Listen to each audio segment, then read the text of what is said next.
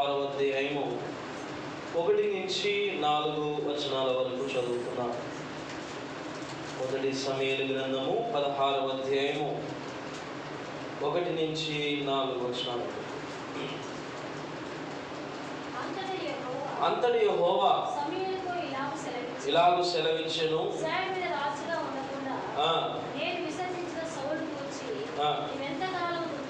ఎంతకాలము దుఃఖింతువు?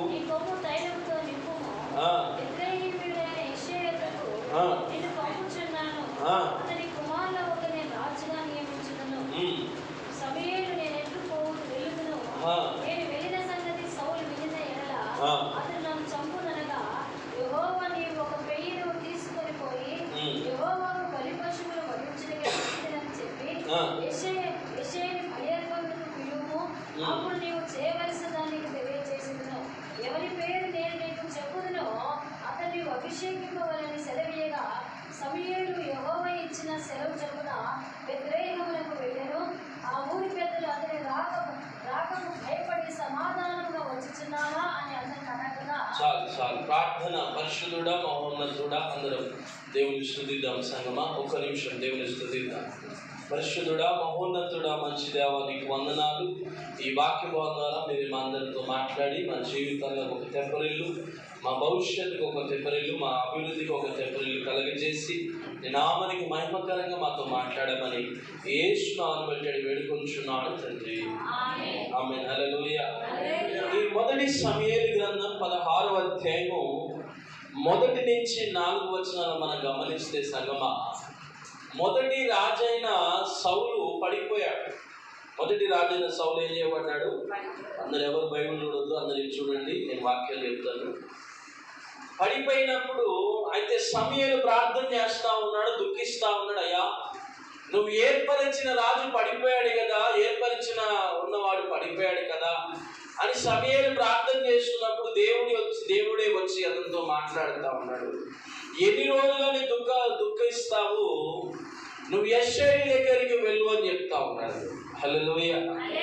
యెషయి ఎవరు అంటే దావీదు యొక్క తండ్రి. అతని కుటుంబం దగ్గరికి వెళ్ళు, బలి అర్పణకు పిలువు అన్నాడు. ఏ అర్పణకంట? అందరు చెప్పాలి. ఏ అర్పణకు? బలి అర్పణకు పిలువు అని చెప్పాడు. హల్లెలూయా. యెషయా గ్రంథంలో మంచి మాట ఉంది కదా, యెషయి మొద్దు నుండి ఏ పుట్టునంట? చిగురు పుట్టును. స్తోత్రం. హల్లెలూయా. సంగమ క్రైస్తవ జీవితాన్ని, క్రైస్తవ నాయకులకి వ్యతిరేకంగా నిలబడ్డ ఏలియా కాలంలో కూడా యెజబెల్ నిలబడిందా సంగమ? చెప్పండి, నిలబడిందా? యెజబెలు దేవుని రాజ్యానికి వ్యతిరేకంగా కార్యాలు చేయడం మొదలుపెట్టినప్పుడు యెజబెలు చంపడానికి దేవుడే పూనుకోవడం మొదలుపెట్టాడు. స్తోత్రం. హల్లెలూయా. నీ జీవితానికి, నా జీవితానికి వ్యతిరేకంగా ఎవరు నిలబడ్డా దేవుడు వాక్యం అస్సలికి ఊరుకునే వాక్యం కాదు. హల్లెలూయా. అయితే ఎన్ని రోజులని సౌలు గురించి నువ్వు ప్రార్థన చేస్తావు? అభిషేకమైన తైలము కొమ్మును పట్టుకొని నువ్వు యెషయి ఇంటికి బయలుదేరు అని దేవుడు చెప్తున్నాడు. హల్లెలూయా. ఆమేన్. హల్లెలూయా. బలి అర్పణకు పిలువు. ఏ అర్పణకు పిలవాలంట? బలి అర్పణకు. హల్లెలూయా. యెషయా గురించి యెషయా గ్రంథంలోనే దేవుడు ప్రవచనం చెప్పించి మొదటి సమూయేలు గ్రంథం 16వ అధ్యాయం ప్రకారంగా ఆయన వాళ్ళ ఇంటికి దేవుడు నడిపించడం మొదలు పెడుతుంది. హల్లెలూయా. అయితే బలి అర్పణ జరుగుతూ ఉంది. గొర్రెపిల్లను వధించారు. పెద్ద కుమారుడు పిలిచారు. ఎవరి కుమారుడు పిలిచారండి? యెషయా కుమారుడు, పెద్ద కుమారుడు పిలిస్తే రారా నాయనా అని చెప్తే, ప్రభువా ఇతడా రాజు అంటే, కాదు నాయనా అని చెప్పాడు. ఏమన్నాడండి? కాదు. ఎందుకు కాదన్నాడు? ఈయన బలర్పణతో సావాసం లేడు. హల్లెలూయా. ఈయన బలిపీఠముతో, ధూపార్పణతో, బలిపీఠం అనగా దేవుని వాక్యముతో, సజీవన వాక్యంతో సావాసం లేడిన ఈయన కాడు అని దేవుడు చెప్పాడు. హల్లెలూయా. రెండో వాడు అయిపోయాడు. మూడో వాడు అంటే అందరూ కూడా తిరస్కరించబడుతున్నారు. హల్లెలూయా. యెషయిని మళ్ళీ అడిగాడు, అయ్యా ఇంకా ఎవరైనా ఉన్నారా? ఇంకా ఎవరైనా ఉన్నారా? అయ్యా ఒక్కడు ఉన్నాడయ్యా. హల్లెలూయా. అయ్యా ఒక్కడున్నాడయ్యా. హల్లెలూయా. ఆ ఒక్కడు దేవునితో ఆరాధన చేసే వ్యక్తి అయ్యా. అతడు దేవునితో నడిచే వ్యక్తి అయ్యా. అతడు దేవుని ఫలమును పొందుకున్న వ్యక్తి అయ్యా, అతని బట్టి చిగురు బయటికి రాబోతున్నది. స్తోత్రం, హల్లెలూయా. సమూయేలు ఎమ్మటి అన్నాడు కదా, ఆ గొర్రెల కాపరి అంటున్నావు కదా, అతన్ని పిలువము అని చెప్పాడు దేవుడు. స్తోత్రం, హల్లెలూయా. పిలవగానే దావీదుకు పిలుపు అంది, నాయనా మీ ఇంటికి దైవ సేవకుడు వచ్చాడంట. ఎవరు వచ్చారంట? దైవ సేవకుడు వచ్చాడంట, నేను పిలుచుకురమ్మని మీ తండ్రి గారు చెప్పారు, రా. హల్లెలూయా. ఒక్క ఇంట్లో ఒక్క ఇద్దరి తండ్రి పిలుపు అందుతా ఉన్నది. ఒక్క ఇంట్లో చెప్పండి, ఒక్క ఇంట్లో లోక సంబంధమైన తండ్రి పిలుస్తున్నాడు, ఇంకొకటి ఆత్మ సంబంధమైన తండ్రి ఇంటికి వచ్చి ఉన్నాడు. హల్లెలూయా, ఆమేన్, హల్లెలూయా. ఆ దావీదు రాగానే బలర్పణ చేస్తూ అన్నాడు కదా, అయ్యా ఇతడా నీ దాసుడు, ఇతడా నీ రాజు అని చెప్పినప్పుడు, నేను అభిషేకించబోయే రెండవ రాజు ఇతడే అని చెప్పాడు దేవుడు. హల్లెలూయా, ఆమేన్, హల్లెలూయా. ఎప్పటి దేవుడు అన్నాడు కదా, నువ్వు పై రూపము లక్ష్య పెట్టద్దు. ఏ రూపం లక్ష్య పెట్టద్దు? పై రూపం లక్ష్య పెట్టకు, ఆస్తులు లక్ష్య పెట్టకు. నేను ఏర్పరచుకున్నవాడు నా హృదయానుసారుడైన దావీదు ఇతడే అని చెప్పాడు దేవుడు. ఆమేన్, హల్లెలూయా. దేవుడు ఎవరిని ఎప్పుడు ఎన్నుకుంటాడంటే సంగమా, నీ ప్రార్థనను బట్టి దేవుడు నిన్ను ఎన్నుకుంటాడు, నీ వాక్య జీవితాన్ని బట్టి నిన్ను ఎన్నుకుంటాడు, నీ ఉపవాసాన్ని బట్టి నిన్ను ఎన్నుకుంటాడు. నీ మనుష్య రూపము లక్ష్య పెట్టాడు కాదు, ఆత్మ రూపము నీ వీధికి వచ్చినప్పుడే, ఆత్మ బలము నీ వీధికి వచ్చినప్పుడే నువ్వు తండ్రి చేత ఏర్పరచబడ మొదలు పెడతావు. నువ్వు తండ్రి చేత ఏర్పరచబడ మొదలు పెడతావు. నువ్వు పరలోకముని ఎంపిక చేస్తా ఉంది కదా. రెండవ రాజుగా దావీదును అభిషేకించండి, రెండవ రాజుగా దావీదును అభిషేకించండి. ఎంతమంది అన్నదమ్ముల మధ్య తృణీకరణ ఉందావో కుమార్తె, ఎంతమంది అన్నదమ్ముల మధ్య తిరస్కరింపబడ్డావో, నీకు ఒక అభిషేకం జరగబోతున్నది. ఆ తండ్రి యొక్క పిలుపు నీకు అందబోతున్నది. ఈ సంవత్సరం తండ్రి యొక్క పిలుపు నీకు అందబోతున్నది. ఈ సంవత్సరం అభిషేకమైన పిలుపు అందబోతున్నది. ఈ సంవత్సరం సత్యమైన బలం అనుగ్రహింపబోతున్నాడు ఆ తండ్రి. ఆమేన్, హల్లెలూయా. ఎప్పుడైతే సమూయేలు దావీదును చూసినప్పుడు చిన్నవాడిగా కనపడ్డాడు. ఎలా కనపడ్డాడు? బిగ్గరగా చెప్పాడు, ఎలా కనపడ్డాడు? చిన్నవాడిగా కనపడ్డాడు, కానీ అతనిలో ఉన్న దేవుడు పెద్దగా కనపడుతున్నాడు. స్తోత్రం, హల్లెలూయా, ఆమేన్, హల్లెలూయా. అభిషేకమైన తైలము తీసి సమూయేలు అతని మీద పోసి, నువ్వు రెండవ రాజుగా దేవుడు అభిషేకిస్తున్నాడు. హల్లెలూయా, ఆమేన్, హల్లెలూయా. లోక సంబంధమైన బలం కలిగిన వాళ్ళు ఏమైపోయారు? తృణీకరింపబడ్డారు. లోక సంబంధంగా నిలబడిన అన్నదమ్ములు ఏం చేయబడ్డారు? తృణీకరింపబడ్డారు. దేవుని చేత ఎన్నుకోబడ్డ దావీదు జీవితంలో దేవుని అభిషేకమైన బలం దిగి రాబోతున్నది. దేవుని అభిషేకమైన బలం దిగి రాబోతున్నది. నువ్వు ఉన్నారంటేమైనా పర్వాలేదు కుమారు, బలి అర్పణలో నీ బలం బయటికి రాబోతున్నది. బలి అర్పణలో ప్రవచనం బయటికి రాబోతున్నది. బలి అర్పణలో నీ మీద అభిషేకం బయటికి రాబోతున్నది. బలి అర్పణలో నువ్వు ఎవరో తెలుసుకోబోతున్నావు. బలి అర్పణలో దేవుని బలముగా నింపబోతున్నావు. స్తోత్రం, హల్లెలూయా. ఎప్పుడైతే దావీదు మీదకి అభిషేకం వచ్చిందో సంగమా, ఆనాటి నుండి దేవుని ఆత్మ అంట బలముగా దిగి రావడం మొదలు పెడుతుంది. ఆమేన్, హల్లెలూయా. ఎలాగా దిగి వస్తుందండి? బలముగా. ప్రవక్తలతో దేవుడు ఎప్పుడు మాట్లాడుతూనే ఉంటాడు. దైవ సేవకుడితో, దైవ సేవకురాలతో దేవుడు ఎప్పుడు మాట్లాడుతూనే ఉంటాడు. ఆమేన్, హల్లెలూయా. వీళ్ళందరూ మీకోసం ఏ అర్పణ చేస్తారు? ఏం అర్పణ చేస్తారు? ఈ లోకంలో బలాత్మలు ఎలా ఉంటాయి? ఒకటి వధించి వాళ్ళతో మాట్లాడేవాడు.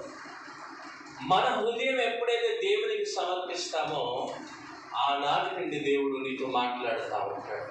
ఆమేన్, హల్లెలూయా. ఎప్పుడైతే దావీదు అతని మీదకి అభిషేకం వస్తుందని నమ్మాడండి, అభిషేకం వస్తుందని గుర్తుపట్టాడా? హల్లెలూయా. సాదా జీవితం అనుకున్నాడు, కానీ దేవుడు ఎక్స్ట్రాడినరీగా లేదు. ఆమేన్, హల్లెలూయా. న్యాయాధిపతిగా పనిచేయాలి, యాక్చువల్గా సౌలు కింద నమ్మకంగా పనిచేయాలి, అన్నీ ఏమీ లేకుండా దేవుని కనుదృష్టిలో దావీదు ఉన్నాడు.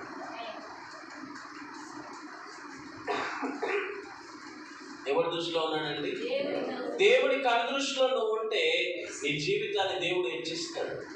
ఆమేన్, హల్లెలూయా. ఓ సౌలు అయితే ఎంతగానో ఆపాడు, ఎవరు రాజు కాకూడదని. దావీదు రాజు కావద్దు, నా సింహాసనం మీద కూర్చోవద్దు. హల్లెలూయా. దేవుడు కూర్చోబెట్టినాక ఈయనెవరండి? సగమా? దేవుడు కూర్చోబెడతా అంటే ఈయనెవరు? హల్లెలూయా. ఎంతమంది సౌలు అడ్డొచ్చిన నీ సింహాసనం నీకే, ఎంతమంది సౌలు అడ్డొచ్చిన నీ ఘనత నీకే, ఎంతమంది వ్యతిరేకతలు వచ్చిన నీ మహిమ నీకే, ఎంతమంది అడ్డు వచ్చిన దేవుని బలము నీకే. హల్లెలూయా. దావీదు మామూలు బలవంతుడా సంగమా? దావీదు మామూలు బలవంతుడా? ఆయన బలాన్ని గురించి రెండు మాటలు చెప్తా. దానియేలు ప్రార్థన చేసి సింహాల నోరు మూపిస్తే దానియేలు దేవుని బలమును పట్టుకొని దీని నోరు మంది మూపించేది నోరు పట్టుకుని రెండు చింపించింది. హల్లెలూయా. ఆమేన్, హల్లెలూయా. అంతేనా? ఆమేన్, హల్లెలూయా. అదే మన ఇంట్లో పాము వచ్చింది అనుకో, అది జనరల్గా చెప్తున్నా. ఆ పాము అటు ఒకరోజు నేను వర్క్ చేస్తా ఉన్నా. నా కింద పనివాడు ఏం చేసిందంటే పాముని చూసి పాము అటుపోయింది ఇటు పోయింది, నేనేం మధ్యలో ఉన్నా. నేను అడిగినారే ఆ పాము అటుపోతుంది, నువ్వు ఇంటికి పోయినామంటే నా ఎమ్మటి వస్తుంది అనుకో. నీ ఎమ్మటి వస్తుంది అటుపోతుంటే. హల్లెలూయా. సింహాన్ని నోరు మూపించాడా దావీదు? చెప్పండి, సింహాన్ని నోరు మూపించాడా? నా గొర్రె మీదకి వస్తావా, నా దేవుని ప్రజల మీదకి వస్తావా అని చెప్పేసి దేవుని బలము ధరించుకొని చింపి పడేశాడు. ఆమేన్, హల్లెలూయా. ప్రార్థన పరుడికి దేవుడు ధైర్యము గొప్పగా ఇవ్వడం మొదలు పెడతాడు. వాక్యం చదివే వాళ్ళకి దేవుడు ధైర్యము గొప్పగా ఇవ్వడం మొదలు పెడతాడు. ఎంత ధైర్యంగా ఉంటారంటే వాళ్ళు జీవితం ఎంత నష్టపోతున్నా దేవుణ్ణే గెలిపించాలని ఆశతో నమ్మకంతో బ్రతుకుతారు. స్తోత్రం, హల్లెలూయా. ఆ గురించి కూడా ప్రార్థన చేయండి. ఈరోజు 1100 సార్లు బైబిల్ కంప్లీట్ అయిపోయింది. సమస్త మహిమ నా దేవునికి కలుగునుగా. ఆమేన్, హల్లెలూయా. దావీదు యుద్ధ భూమిలో అడుగు పెట్టట్లేదు. యుద్ధ భూమిలో తీసుకెళ్ళింది ఎవరండి? దేవుడే. స్తోత్రం, హల్లెలూయా. గొలియాతు ఎదురైనప్పుడు అనేక మంది భయపడ్డారు. రాజ్యమే భయపడింది. అందరూ చెప్పాలి, ఎవరు భయపడ్డారు? రాజ్యం భయపడితే దావీదులో ఉన్న రాజ్యం బయటికి వచ్చింది. ఇంకా హల్లెలూయా.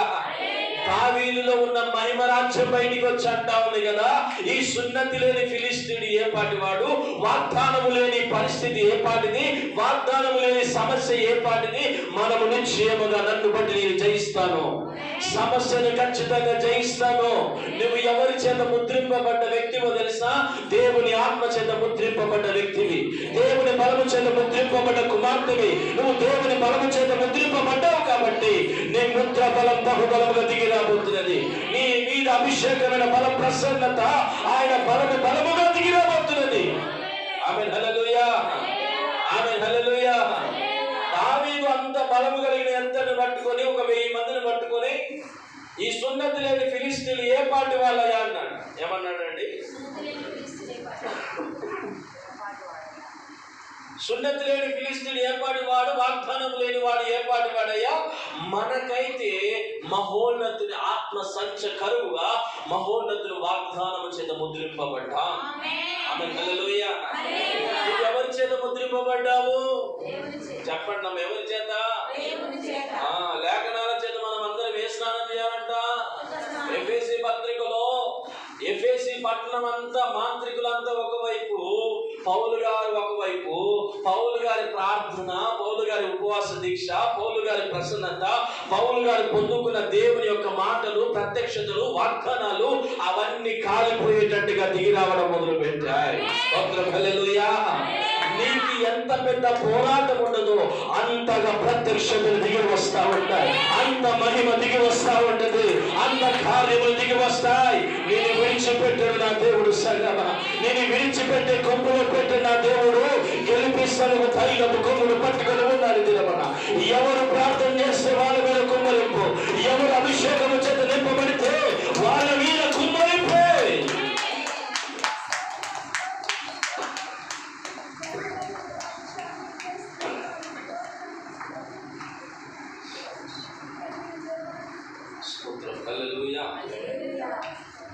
తైలపు కొమ్ము ఎప్పుడైతే ఇంటికి వచ్చిందో సంగమా, దావీదు జీవితం ఒకంతగా మారిపోయింది. ఆమె హల్లెలూయా. దైవ సేవకులు మన కుటుంబంలో అడుగు పెట్టాలి. మీరు గుర్తుపెట్టుకోండి, వారంలో ఒక్కసారైనా మీరు పాస్టర్ని అడగండి, అమ్మ మా ఇంటికి వచ్చి ప్రార్థించి, మంచిది. ఆమె హల్లెలూయా. మీరు కానుకలు ఉన్నా ఇవ్వకున్నా ఇచ్చినా కూడా ప్రేర్ చేయించుకోండి. ఆయన బలమే ఆయన దైవసన్నిధి కార్యం చేస్తా ఉంటారు. ఆమె హల్లెలూయా. దైవ సేవకులు అడుగు పెడితే ఏమవుతా ఉంటుంది సంగమా, వీళ్ళు దేవుళ్ళు గడిపి ఉంటారు. మీ ఇంట్లో ఉన్న పరిస్థితుల మీద ఆయన మహిమ దిగి రావడం మొదలుపెడతారు. ఆమె హల్లెలూయా. ఏలియాను కూడా భయపెట్టింది యెజబెల్, నేను రేపటికల్లా చంపుతా. హల్లెలూయా. ఏలియా భయపడిపోయి చనిపోతానంట అనుకున్నాడు. ఈయన మనసు అనుకున్నాడు అంతే. ఈయన మనసులో అనుకున్నాడు. దేవుని బలం చనిపోనిస్తుందా? దేవుని వాగ్దానం చనిపోనిస్తుందా? హల్లెలూయా. నాకు అర్థం కావాలని ఒక ఉదాహరణ చెప్తానండి. ఏలి అన్నాడు, నేను చనిపోతాను ఆయన అనుకున్నాడు. పరలోకమైన దేవదూతలు చూసారే, అరే ఏలియా ఎప్పుడు చనిపోతుంది ఈశ్వరుడు, ఆయన చనిపోవడమే లేదు, డైరెక్ట్ వస్తాడు ఆయన. హల్లెలూయా. మధ్య ఆయన చనిపోవడమే లేదు, డైరెక్ట్ వస్తాడు ఆయన. మనం చనిపోతా అన్నాడు ఆయన తెలియదు. హల్లెలూయా. ఆమె హల్లెలూయా. నువ్వు ఒకవేళ నీ పోతా అన్నావు అనుకో, అమ్మ పలానాకు పోతుందంట, ఎప్పుడు చూడండి ఇప్పుడు పోదాంటే చాలా సంవత్సరాలు పడుతుందంట.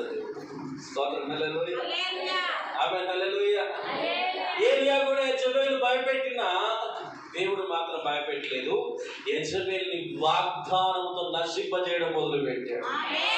పడి ఉన్న ఏలియా దగ్గరికి వాగ్దానమును పంపించి, అతడు నా దాసుడు, అతడు నా బలవంతుడు, అతడు నా హృదయానుసారుడు, అతని కోసం రొట్టెలు పంపించైనా, బలము పంపించైనా, వాగ్దానాలు పంపించైనా, ప్రార్థన పంపించైనా, ధూపములు పంపించైనా, నిలబెడతాడు, మళ్ళీ నడిపించండి, అరణ్యం నుంచి మళ్ళీ రావాలి ఏలి అని చెప్పేసి పరలోకమే దిగి రావడం మొదలు పెడుతున్నాడు. స్తోత్రం. హల్లెలూయా. నువ్వు బలహీనంగా ఉంటే దేవుని బలము దిగి వస్తుంది. నువ్వు బలహీనంగా ఉంటే దేవుని బలము దిగి వస్తుంది. ఏ దైవ సేవకుడు బలహీనంగా ఉన్నా దేవుడు ఒక్కడు ఆయన కార్యములు పంపించి ఈ దినమే నూతనమైన మార్గమును ఏర్పాటు చేసి ఆ శ్రమ మార్గమును గుండా మళ్ళీ నడిపించడు. కానీ ఒక నూతనమైన మార్గమును ఏర్పాటు చేసి ఓరే మోనగా దేవుని పర్వతము, ఓరే మోనగా దేవుని మాటలు, ఓరే మోనగా దేవుని శక్తి, ఓరే మోనగా తిరిగి నిలబడ్డ వైపు ఆయన మళ్ళీ నడిపించడం మొదలు పెడతాడు సంగమా. ఆమేన్. హల్లెలూయా. ఆమేన్. హల్లెలూయా. దేవుడు దైవ సేవకులను ఓడిపోయాడు. అందరూ చెప్పాలి, దేవుడు దైవ సేవకుల్ని అస్సలు ఓడిపోయాడు. హల్లెలూయా. పేతురు కూడా, అయ్యా నేను రావాలన్నా సముద్రం మీద, ఏ మీదండి రానాయనా అన్నాడు. భార్య నడిచాడు, యేసయ్యా రండి స్తోత్రం. మా చెల్లి పాట పాడుతుంది. ఏం పాట? నీవు ఉంటే చాలయ్యా. పాట మంచి పాట పాడుతుంది. స్తోత్రం. హల్లెలూయా. మంచి పాట పాడుకుంటూ కొద్ది దూరం వచ్చాడు. కొద్ది దూరంగా రాగానే అనుకున్నాడు, అబ్బో ఈ సముద్రంలో చేపలు ఉంటాయి కదా అనుకున్నాడు. వీళ్ళు కొని మునిగిపోయాడు. హల్లెలూయా. ఆమేన్. హల్లెలూయా. గాలి సముద్రం అనుకున్నాయి కదా, ఈ రోజు పేతురు క్లోజ్ అనుకున్నాయి. హల్లెలూయా. ఏ శోధన నేను ముంచివేయలేదు సగం. అందులో ఏ శోధన? అది నీ కుటుంబంలో నుంచి వచ్చినా, బయట నుంచి వచ్చినా అన్ని ముంచివేయలేదు. లాస్ట్ చెయ్యి పట్టుకున్నాను నా యేసయ్య. ఎవరిని? పేతురుని పట్టుకున్నాడా? హల్లెలూయా. పట్టుకొని ఎవరి బలములో నుంచి యేసు ప్రభు పైకి లేపనెత్తాడో ఇప్పుడు చెప్పాలి మీరు. అమ్మా, ఎవరి బలములో నుంచి యేసు ప్రభు పేతురు పైకి లేవనెత్తాడు? అమ్మా, సముద్ర బలములోంచి పైకి లేవనెత్తాడు ఆయన. గాలిలోంచి పైకి లేవనెత్తాడు ఆయన. తుఫానులోంచి పైకి లేవనెత్తాడు ఆయన. హల్లెలూయా. ఆమేన్. హల్లెలూయా.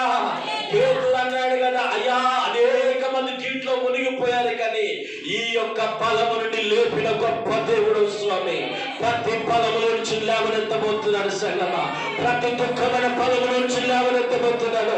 ప్రతి వేదన బలము నుంచి ఆయన లేవనెత్తబోతున్నాడు. ప్రతి పరిస్థితులు ఎంత మరణం వరకు తీసుకుని వెళ్ళాలనుకున్నా ఆయన వాగ్దానముతో లేవనెత్తబోతున్నాడు.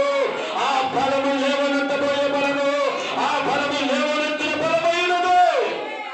స్తోత్రం, హల్లెలూయా, ఆమేన్, హల్లెలూయా. దేవుడు ఒక్క వాక్యాన్ని 1000 తీర్లుగా 1,000,000 తీర్లుగా నేర్పిస్తాడు దేవుడు. స్తోత్రం, హల్లెలూయా. సముద్ర బలం నిలబడిందా? నిలబడిందమ్మా. గాలి బలం నిలబడిందా? హల్లెలూయా. అల్ల బలం నిలబడిందా? నా యేసు పేతురు సజీవంగా లేవనెత్తి మళ్ళీ తోటలోనికి తీసుకొని వచ్చాడు. స్తోత్రం, హల్లెలూయా.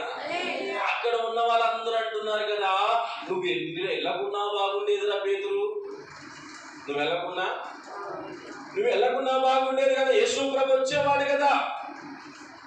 యేసు ప్రభుకి ఎదురు వెళ్ళే వాళ్ళని దేవుడు ఇష్టపడతావు. ఆమేన్, హల్లెలూయా.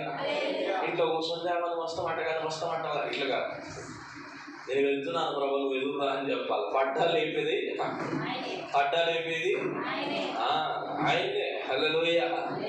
పడద్ది నడకరాదు, సైకిల్ మీద నేను ఎన్నోసార్లు పడ్డా. హల్లెలూయా. సైకిల్ మీద అప్పుడు ఒక రాయి వేసుకొని అందరూ ఎక్కినోళ్ళే, అందరు పడ్డారు, అందరికి దెబ్బలు ఉంటాయి. ఒక గుండు చూసుకునేది గౌరీశంకర్ గారు, నేను ఈరోజు సీట్ ఎక్కుతున్న ప్రభా తోడే ఇల్లు స్వామి అనుకుంటాయి. హల్లెలూయా. సీట్ ఎక్కి ఆ రాయిందంటే డొబీల్ పడ్డా ఒక రోజు. హల్లెలూయా. నిన్న కూడా షాప్ కాడ ఒక సైకిల్ ఇచ్చి, సైకిల్కి దమ్ము వస్తుంది, నాకు రాకి ఎక్కువ దూరం కూడా పోలేదు. నేను చెప్పిన తాత నీ సైకిల్ బాగాలేదు, నీకు సైకిల్కి దమ్ము వస్తుందా? వాడు అన్నాడు, నువ్వు అన్నీ అబద్ధాలు ఆడుతున్నావు, నీకు దమ్ము వస్తుందని చెప్పాను. హల్లెలూయా, ఆమేన్, హల్లెలూయా. అలాగా ఏదైనా స్థాయిలోనికి వెళ్ళాలంటే అన్నీ కఠినంగా ఉంటాయి. కానీ గుర్తుపెట్టుకోండి, ఆత్మీయమైన స్థాయి దేవుడిచ్చే బలంగా నిలబడుతుంది. ఆమేన్, హల్లెలూయా. ప్రతిదీ కూడా ఆయన ఇయ్యాలనే కోరుకో. ప్రతిదీ కూడా, అది డబ్బైనా, నీకున్న కారైనా, ఏదైనా సరే నువ్వు ఇయ్యాలి ప్రభువా అనే మనం ప్రార్థన చేయాలి. స్తోత్రం, హల్లెలూయా, ఆమేన్, హల్లెలూయా.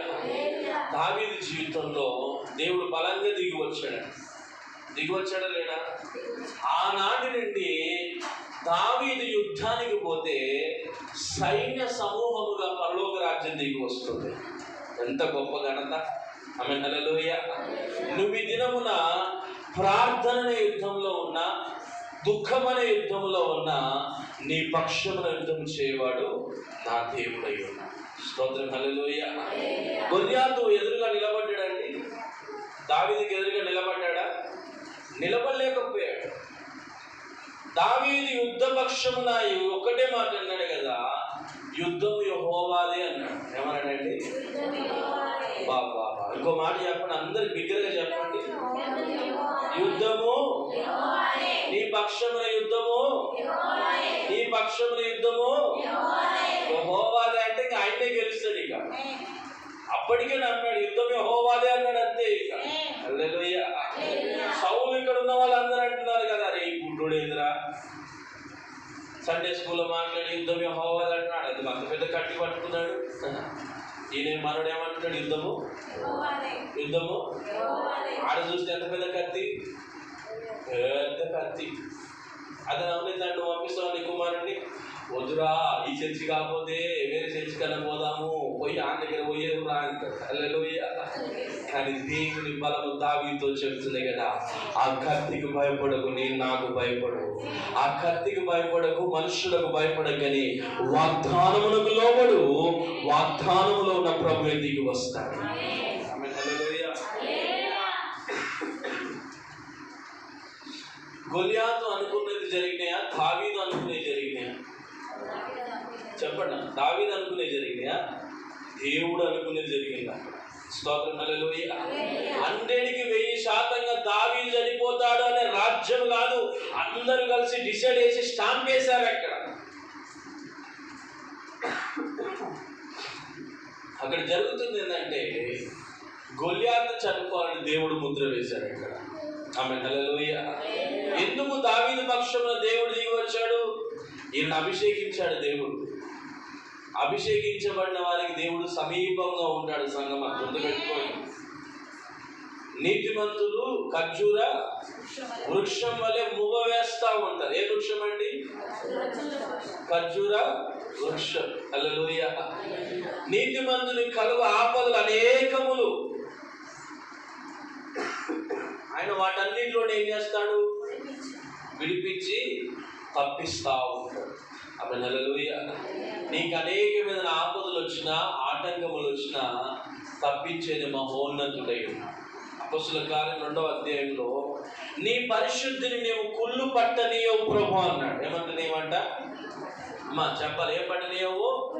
యేసు ప్రభు సమాధిలో ఉన్నప్పుడు 3వ దినమున దేవుడు లేపాడు. ఇంకొక దినం అయితే కుళ్ళు పట్టేది శరీరం. ఆమె హల్లెలూయా. కానీ యేసు ప్రభు ఎందుకు లేపబడ్డాడు? ఈరోజు ఒక ప్రశ్న అడుగుతున్నాడు. యేసు ప్రభు ఎందుకు లేపబడ్డాడు? యేసు ప్రభు ఎందుకు లేపబడ్డాడు? అందరికీ ఇది మన ప్రశ్న.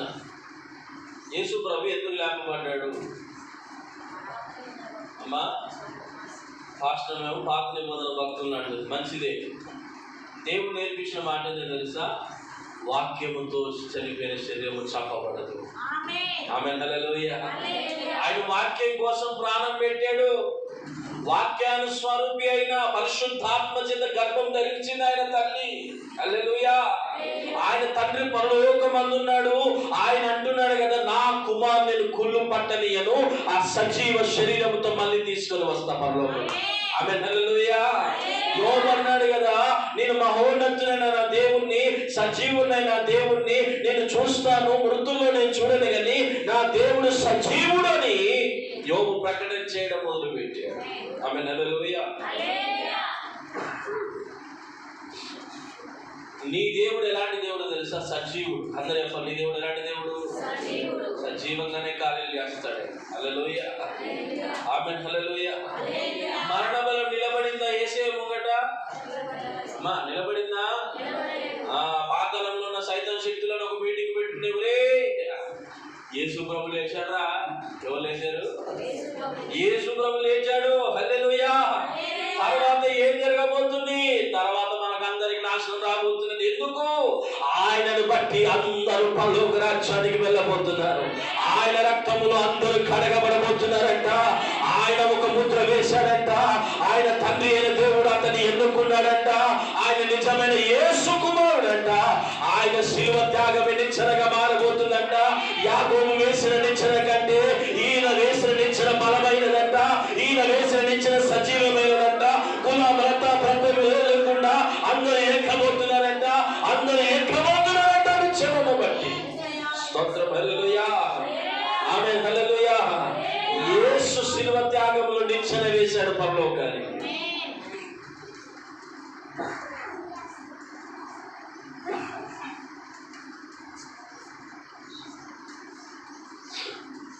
మన దేవుడు కూడా సంగమా, నువ్వెంతైతే క్రీస్తు కోసం కట్టబడతావో, కొట్టబడతావో, నా దేవుడు నేను ఒక నిచ్చెనగా వాడుకుంటాడు. ఆమేన్ హల్లెలూయా. యాకోబు కోసం రాత్రి కాలం నిద్రిస్తే ఒక నిచ్చెన పరలోకం నుంచి దేవుడు భూమి మీదకి వేశాడు. ఏం చేశాడండి దేవుడు? భూమి మీదకి వేశాడు. హల్లెలూయా. ఎందుకు వేశాడు భూమి మీదకి అంటే, యాకోబు గోత్రములో వచ్చి 12 గోత్రాలు, దేవుని గోత్రాలు బయటికి రాబోతున్నాయి. ఆ గోత్రికులందరూ ఎక్కబోతున్నారు, దిగబోతున్నారు. హల్లెలూయా. యూదా గోత్రములోంచి నా యేసు ప్రభు బయటికి వచ్చాడు. ఆయన యాకోబు 12 గోత్రాలు కాదు, ప్రపంచంలో ఉన్న గోత్రాలు ఎక్కండి మీరు పరలోకానికి, ఎక్కండి సజీవుడి దగ్గరికి, మారండి యేసు రక్తములో, అందరూ పరలోక రాజ్యానికి ఎక్కాలని యేసు ప్రభు అన్నాడు కదా. నేనే మార్గము, నేనే సత్యము, నేనే జీవమును అన్నాడు ఆయన.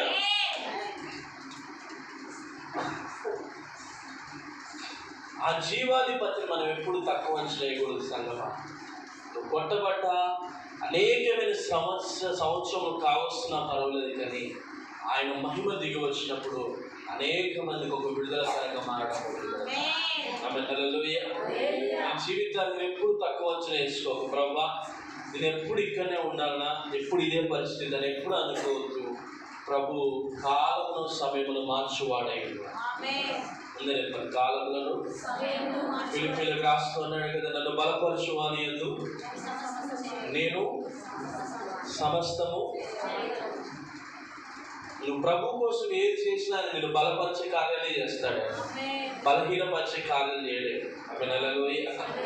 నా దేవుని గుర్తుపట్టండి, మహోన్నతమైన దేవుడు, ఆయన గొప్ప కార్యం మీకోసం చేస్తాడు. ఆమె హల్లెలూయా. ఈ సమూయేలు గ్రంథంలో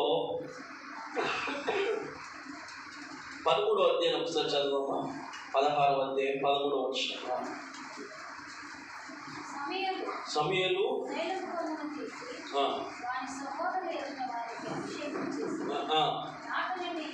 నాట నుండి యెహోవా ఆత్మ దావీదుకి ఎలా దిగి వస్తుందంట? చూడండి, సహోదరులందరి ఎదుట. ఎవరు ఎదుటండి? దేవుడు ఒక వ్యక్తిని అభిషేకిస్తే సంగమా, నీ బంధువులందరి ముంగట గణపరుస్తారు. అందరూ నీ బంధువుల అందరి ముంగట. హల్లెలూయా. అది ఏ విషయంలోనైనా సరే సంగమా, నా దేవుడు నేను తలగానే ఉంచుతాడు, కానీ ఎలా ఉంచాడు? తోకగా ఉంచాడు. హల్లెలూయా. అందుకని దినము నుంచి ప్రభువా, నేను ఎక్కడ పడిపోయిన స్థితి ఉంటే నన్ను సరిచే. అందరం పడు ఒక అంత లేచినబడి, ప్రభువా నేను ఎక్కడ పడిపోయిన స్థితి ఉంటే నన్ను సరిచేయలేనా?